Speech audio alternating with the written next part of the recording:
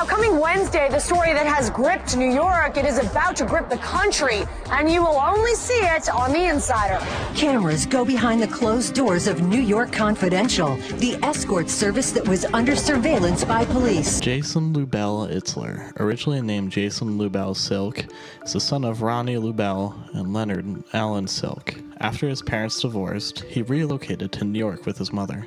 Jason was notably influenced by his grandfather, Nathan Lubell, a co-founder of the Riviera in Las Vegas. Jason attended several private schools, including the Elizabeth Morrow School, Dwight Englandwood, the Hotchkiss School, and Tenafly High School. He eventually graduated with degrees in political science and art history. Of Jewish heritage, Jason had been engaged 7 times. Among his relationships, he has dated women who worked for him, including his top escort, Natalie McLennan, known professionally as Natalia. So, when you were being the king of all pimps, you fell in love with one of the escorts, right? You fell in love with the top earner, Natalie. Natalia, yeah. Where's Natalia? Natalia! I love Natalia. Natalia is fun. She's full of energy. Natalia's not jealous. Natalia wants me to be happy. And she's the #1 rated escort in the history of the world. Why is Natalia so bookable? You know, that's the $10,000 mystery question. I want to find out what makes her reviews so good. She's legendary. In New York, if not all the United States. Is it the citizen or is it the state, you know? She's been an escort for 8 weeks, and she's the #1 rated escort in the history of the world. I don't generally get into character.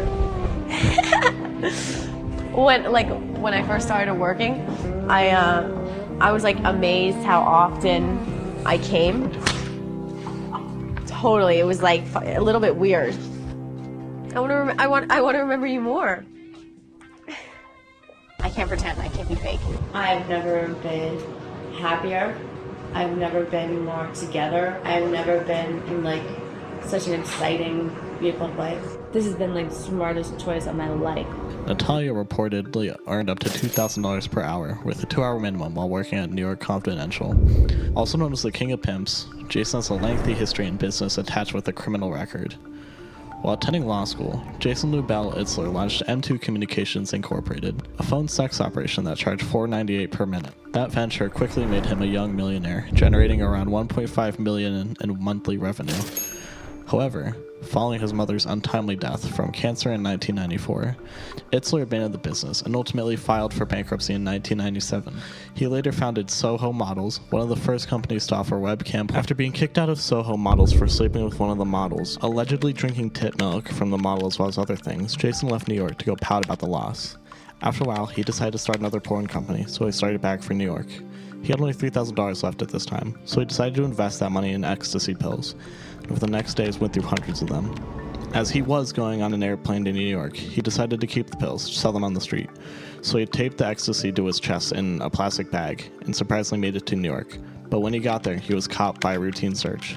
In 2001, Itzler was arrested at Newark Liberty International Airport for attempting to smuggle ecstasy into the United States. He was sentenced to 5 years, but he served 1 year and 5 months. During his jail time, he was in with Bloods and Crips, who dealt him daily beatings. After his release, Itzler launched an escort service called New York Confidential. Business grew rapidly and moved to a 5,000 square foot loft at 79 Worth Street in Manhattan. By 2004, New York Confidential was grossing $55,000 per night. The business gained a reputation for catering to high-profile clients, including senators and professional athletes. So I'm in the Chelsea marketplace. I'm working for Legal Match. I got 12 girls around me. I hired really pretty girls to be my telemarketers. I needed girls to call lawyers up and talk to them. And I thought, like, pretty girls are not intimidated by men. They're not going to be intimidated by a powerful lawyer. I went to lunch with a friend of mine, Bruce Glasser, like a handsome 6'8" Jewish guy. He came to my office to pick me up for lunch. And I introduced him to all the girls, and he pulls me aside. He's like, Jason, you motherfucker. He goes, you know what you have here? And I'm like, what? He goes, you've got the best escort agency in Manhattan. Sex, drugs, rock and roll. Drugs are illegal. Rock and roll, I'm not that talented. Sex has potential. Ah! In my opinion, it's New York's best escort agency. We have the best, most beautiful, desirable women. The girls here specialize in something called the GFE. That's the girlfriend experience.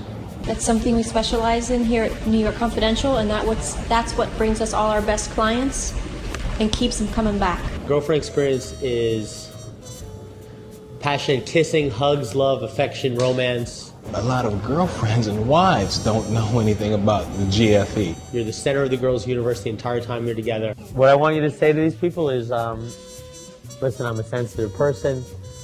See me through the agency a couple times, and I'd love to give you my phone number. That's what you say. You put a carrot in front of it. It grew because since I knew nothing about the escort business and I never did it before and I didn't like copy one, I had to figure it out on my own from scratch.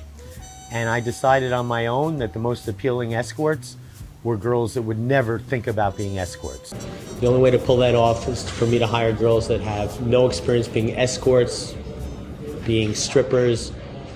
Girls have to be fresh, new. The game is to, the first hour, who cares? It's bullshit. Get extra hours off these people, okay? Divide and conquer, pull them away from their friends and get them to keep doing it. We have an amazing friendship, an amazing business relationship, and we do have sex every once in a while. I love you that we're having this conversation. I think it's the fact that we make it so acceptable for people to do this for a living, that you would even do this. 5. Itzler was arrested and later pleaded guilty to charges of money laundering and promotion of prostitution. He was sentenced to 18 months in prison in 2006. Jason Itzler and Paul Berggren first crossed paths in January of 2005 when authorities shut down Itzler's NY Confidential escort service. He initially sought legal representation from Berggren, then 51, who was known for his aggressive legal tactics and bold personality. Despite Berggren's involvement, his tenure on Itzler's case was brief, as attorney Scott Agelnick took over representation more than 1 year later.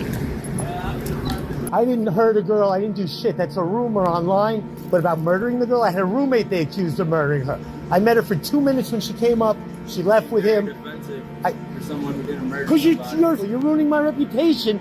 If I didn't care, I wouldn't say anything. Julia sent $5. Why does Julia have posts on forums dating back to... Fuck you, fuck you, fuck you. Fuck you, I have nothing to do with that shit. I swear to God, my mom in heaven. Fuck you. I swear my mom in heaven. Met her for a little while. Zoltan was with her the whole danger zone. The cops had all the information on him, and somehow he escaped it. Jason, I think you know that you didn't do it, so it's like... I know, but still, look what people's mouths do to me about stupid shit all the time.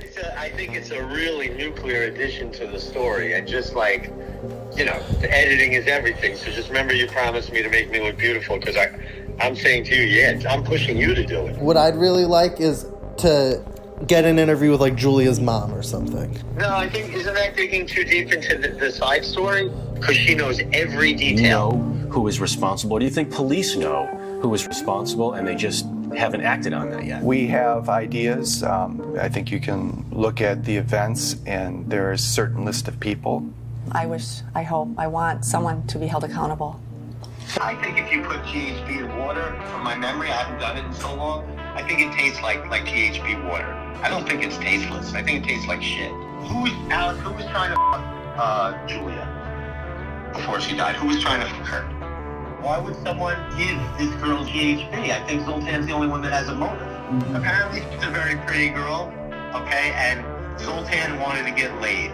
Jason, when you say stuff like apparently she was a very pretty girl, you knew what she looked like, you met her. Yeah, but I mean, bro, I've seen the prettiest girls in the world on the regular. She's not one of the prettiest girls I've ever seen. She's a very pretty girl. She's like a Midwest, she was like a Midwest, dark hair, just good skin, from what I remember. I don't remember. I didn't know her. A whole year went by, nothing happened. So I'm telling you now, it'll never happen again.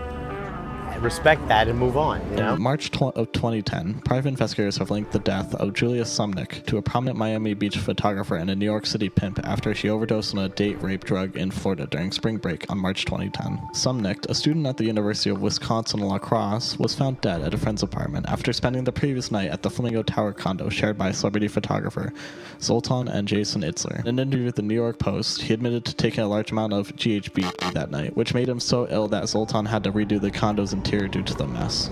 As more stuff happens with Mr. Bass and Joshua Block and more stuff comes out, I'll be on the case to document it. As always, I'm your host Mick Frieza. If you enjoyed the video, please like and subscribe.